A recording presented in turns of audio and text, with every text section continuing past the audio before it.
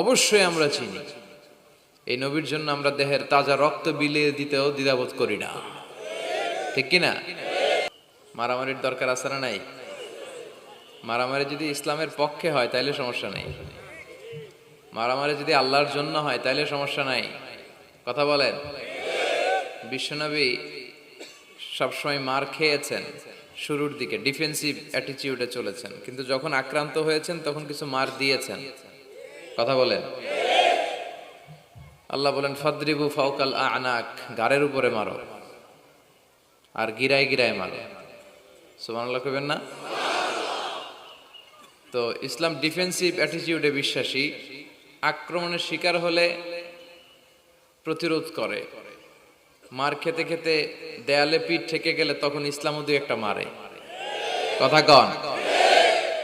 কিন্তু শুরুতে ইসলাম আক্রমণ করে না। বিষ্ণু ঈসা ইসলাম যত রাজা বাদশাদের কাছে চিঠি পাঠিয়েছেন, উনি লিখে দিয়েছেন আসলিম তাসলাম, ইসলাম মানো, তোমার শান্তি দিবে কে? ইসলামের ভেতরে শান্তি আছে না নাই? গোটা বিশ্বব্যাপী এখন ইসলামের গণজোয়ার। কথা বলেন। দেখবেন অন্যান্য ধর্মের লোকেরা কালিমা পড়ে পড়ে মুসলমান হতে শুরু করেছে, তাই না? তো যে ধর্মের দায়িত্ব নিয়েছেন এক আল্লাহ, যে ধর্মের আওয়াজকে আলোকে প্রজ্বলিত রাখার ওয়াদা দিয়েছেন আল্লাহ, সেই ধর্মের অগ্রযাত্রাকে কোনো শক্তি ঠেকায় দিতে পারে? এটা অসম্ভব। ওরা চায় ওদের মুখের ফুৎকারে ইসলামের আলো নিভিয়ে দিতে। আল্লাহ বলে আমি কিয়ামত পর্যন্ত এ আলোকে জ্বালায়া দিব, প্রজ্বলিত করে দিব।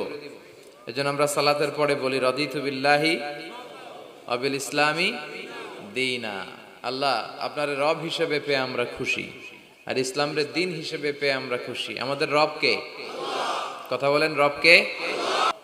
ওমা দীনুক, তোমার ধর্ম কি? আমরা বলবো ইসলাম। ইসলাম আমার ধর্ম। বিশ্বনবীর চেহারা দেখিয়ে বলা হবে আতাআরিফু মান হাযার রাজুল, এই লোকটারে কি তুমি চিনো? আমরা কি বলবো? বালা, অবশ্যই আমরা চিনি। এই নবীর জন্য আমরা দেহের তাজা রক্ত বিলিয়ে দিতেও দ্বিধাবোধ করি না, ঠিক কিনা? কিন্তু ইসলাম বিরোধী শক্তি যারা, তাদেরকে যখন জিজ্ঞেস করা হবে মার রব্বুক, তোর রব কে? ও বলবে লা আদরি, আমি কিছু জানি না। কথা বলেন। আমার দিন তোর ধর্ম কি? সে বলবে ধর্ম টর্ম আমি বুঝি না, আমি ধর্মরে খালি বাস দিতাম। কথা বলেন। আমি সবসময় ধর্মের পিছনে লেগে থাকতাম, ধর্ম আমার ভাল লাগতো না, যেখানেই ধর্মের কথা ওখানে আমি জুলুম চালাতাম। আচ্ছা, আরিফু মান হাযার রাজুল, এই লোকটারে চিনো? না, চিনি না। তবে এই লোকটার বিরুদ্ধে আমি দুনিয়াতে বিষোদ্গার করতাম, ওনার বিরুদ্ধে কার্টুন ছাপিয়ে পত্রিকায় উঠিয়ে দিতাম। ফেরেশতারা বলবে লা দারাইতা ওয়ালা চালাইতা, তুই তো কিচ্ছু বললি না। তিনটা প্রশ্ন করলাম, একটার উত্তর দিতে পারলি না। এবার শুরু হবে মাইর, শুরু হবে ফায়ুতরাকু বিমাতারিকা মিন হাদিদ, লোহার হাতুড়ি দিয়ে ওরে পিটানো শুরু করা হবে। পিটাতে পিটাতে ওর গায়ের গোশতগুলো পিটিয়ে থেতলে ফেলা হবে। ওয়া ইয়াকালু লিল আরদি ইলতামি, কবরের মাটিকে বলা হবে দুই দিক থেকে চাপা দাও। ফাতাখতালিফা আদলাউ, এমন চাপা দেয়া হবে ওর ডান পাশের পাজরের হাড্ডি বাঁয়ে চলে যাবে, বাম পাশের পাজরের হাড্ডি ডানে চলে আসবে। হাত্তা সা, কিয়ামত পর্যন্ত এই শাস্তি চলতেই থাকবে। এজন্য বিশ্বনবী দোয়াতে বলতেন আল্লাহুম্মা ইন্না নাউযু বিকা মিন আযাবিল কবর, আল্লাহ আমি আপনার কাছে কবরের আযাব থেকে পানাহ চাই। আবার বিশ্বনবী বলতেন লা ইউসাল্লিমান্না আহাদুকুম হাত্তা ইয়াতাআওয়াদা আন আরবা, কেউ যেন নামাজে চারটা জিনিস থেকে আল্লাহর কাছে পানাহ না আছে, সালাম না ফিরায়। প্রত্যেকে যেন সালাম ফিরানোর আগে পরে আল্লাহুম্মা ইন্না নাউযু বিকা মিন আযাবিল কবর ওয়া নাউযু বিকা মিন আযাবি জাহান্নাম ওয়া নাউযু বিকা মিন ফিতনাতিল মাহইয়া ওয়াল মামাত ওয়া নাউযু বিকা মিন ফিতনাতিল মাসিহিদ দাজ্জাল। আল্লাহ আমি কবরের আযাব থেকে পানাহ চাই, আমি জাহান্নামের আযাব থেকে পানাহ চাই, আমি জীবন মৃত্যুর ফিতনা থেকে আপনার কাছে পানাহ চাই, আমি দাজ্জালের ফিতনা থেকে আপনার কাছে বাঁচতে চাই।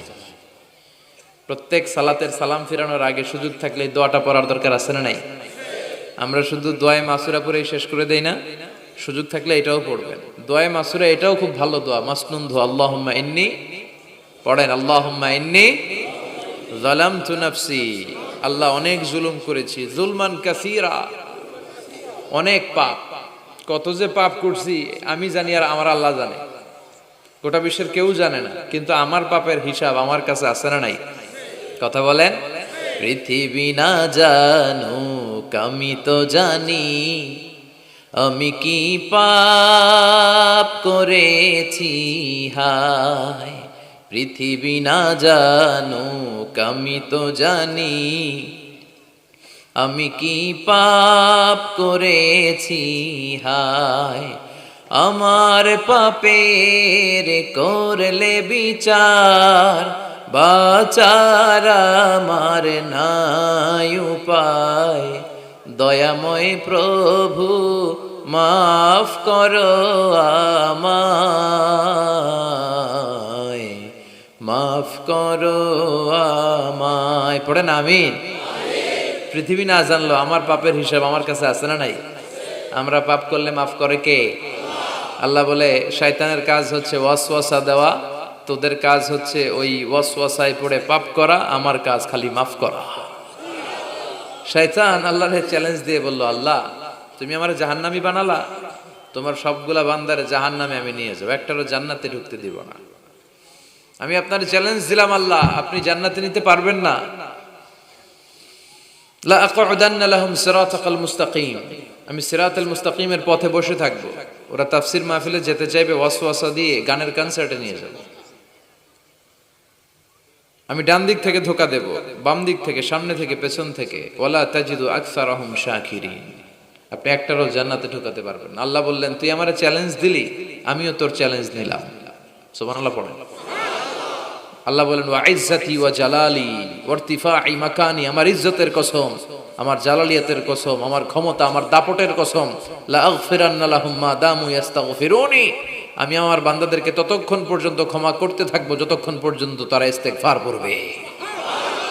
আজীবন পাপ করে, অন্যায় করে একবার চোখের পানি ছেড়ে আমার কাছে ক্ষমা চাইবে, আমি সব গুনাহ মাফ করে দেব। তুই কি করবি?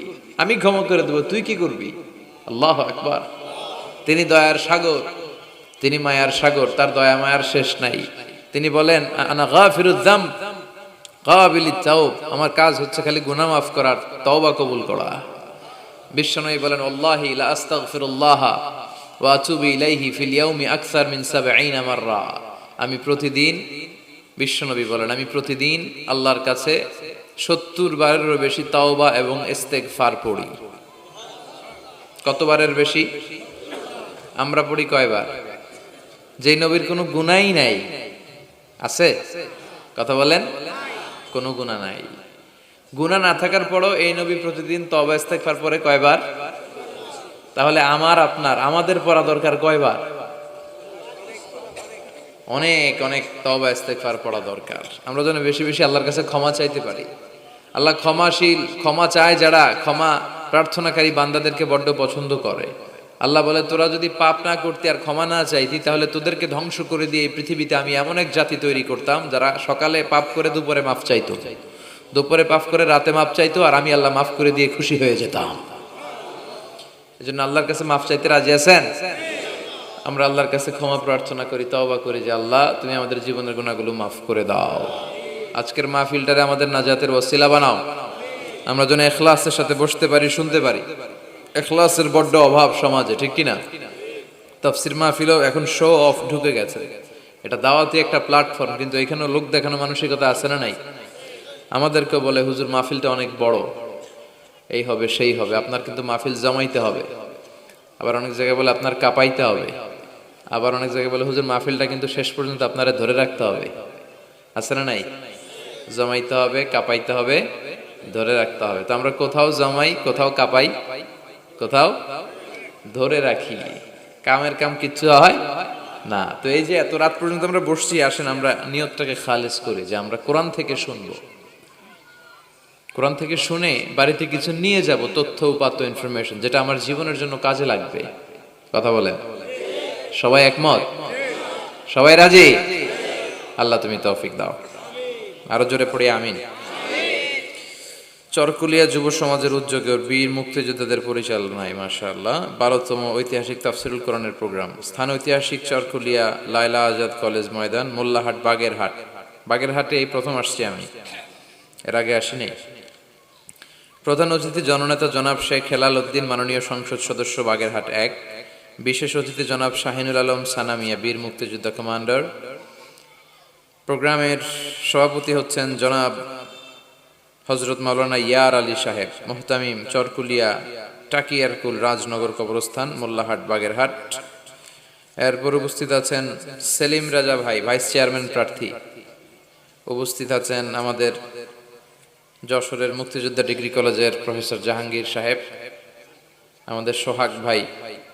অনেক পিঠা টিঠা খাওয়ালেন আজকে বাগেরহাটের, অনেক ঐতিহ্যবাহী খাবার দাবার আজকে খেলাম, আলহামদুলিল্লাহ। তো আসেন আমরা সরাসরি কথা শুনি কোরআন থেকে। তার আগে আমরা 3টা তাকবীর দেব। আল্লাহ বলেন, রব্বাকা ফাকাব্বির, glorify the name of your lord. তোমার রবের নামের বড়ত্বের ঘোষণা দাও। আমরা ভাগাভাগি করে দেব। প্রথম তাকবীর দেব যারা বিবাহিত আছি তারা, দ্বিতীয় তাকবীর দেব যারা অবিবাহিত আছি তারা, তৃতীয় তাকবীর সবাই মিলে দেব, ইনশাআল্লাহ। পড়েন, রাজি আছেন? কষ্ট পাচ্ছেন না তো? এটার উদ্দেশ্য হচ্ছে একটু আপনাদেরকে চাঙ্গা করে তোলা, একটু চাঙ্গা হয়ে উঠবেন তাকবীর দিয়ে, এরপর আমরা কথা শুনবো। বিবাহিত কারা কারা আসছেন দেখি হাত তোলেন। ওরে আল্লাহ, সব দেখি বিবাহিত, হাত নামান। অবিবাহিত কারা কারা আসছে দেখি, এক হাত করে তোলো। এরা একটু কম সংখ্যায়, দেখি কি অবস্থা, কাদের পারফরমেন্স কেমন হয় দেখি। আমি লিল্লাহি তাকবীর বললে শুরুতে বিবাহিতরা পড়বেন আল্লাহু আকবার। শুরুতে বিবাহিতরা রেডি হয়েছেন? পারা যাবে? শুরুতে শুধু বিবাহিতরা তাকবীর পড়েন, লিল্লাহি তাকবীর, মাশাআল্লাহ। এবার অবিবাহিতরা রেডি? হ্যাঁ, বিবাহিতদের হারানো যাবে তো? এবার তোমরা পড়ো তো, লিল্লাহি তাকবীর। সমান সমান হয়েছে।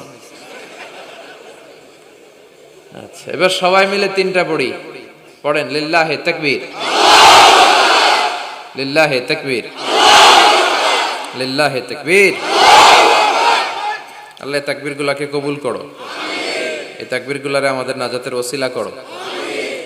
আমরা আমাদের খুতবার শুরুতে আজকে সূরাতুল বাকারার 124 নম্বর আয়াত তেলাওয়াত করেছি।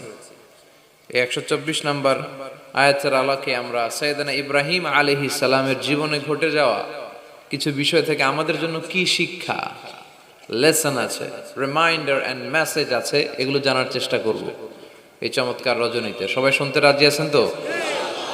শেষ পর্যন্ত থাকবেন নাকি ওঠা বসা? হ্যাঁ, কেউ উঠবেন না তো? বিশৃঙ্খলা করবেন না তো? কথা দিলেন? আচ্ছা, এই আয়াতে আল্লাহ বলছেন, আমি আমার খলিল ইব্রাহিমকে অনেক পরীক্ষা করেছিলাম জীবনে। তার পুরো জীবনটা ছিল পরীক্ষাময় জীবন, আর এই প্রতিটা পরীক্ষায় আমার খলিল ইব্রাহিম সফলতার সাথে উত্তীর্ণ হয়েছে।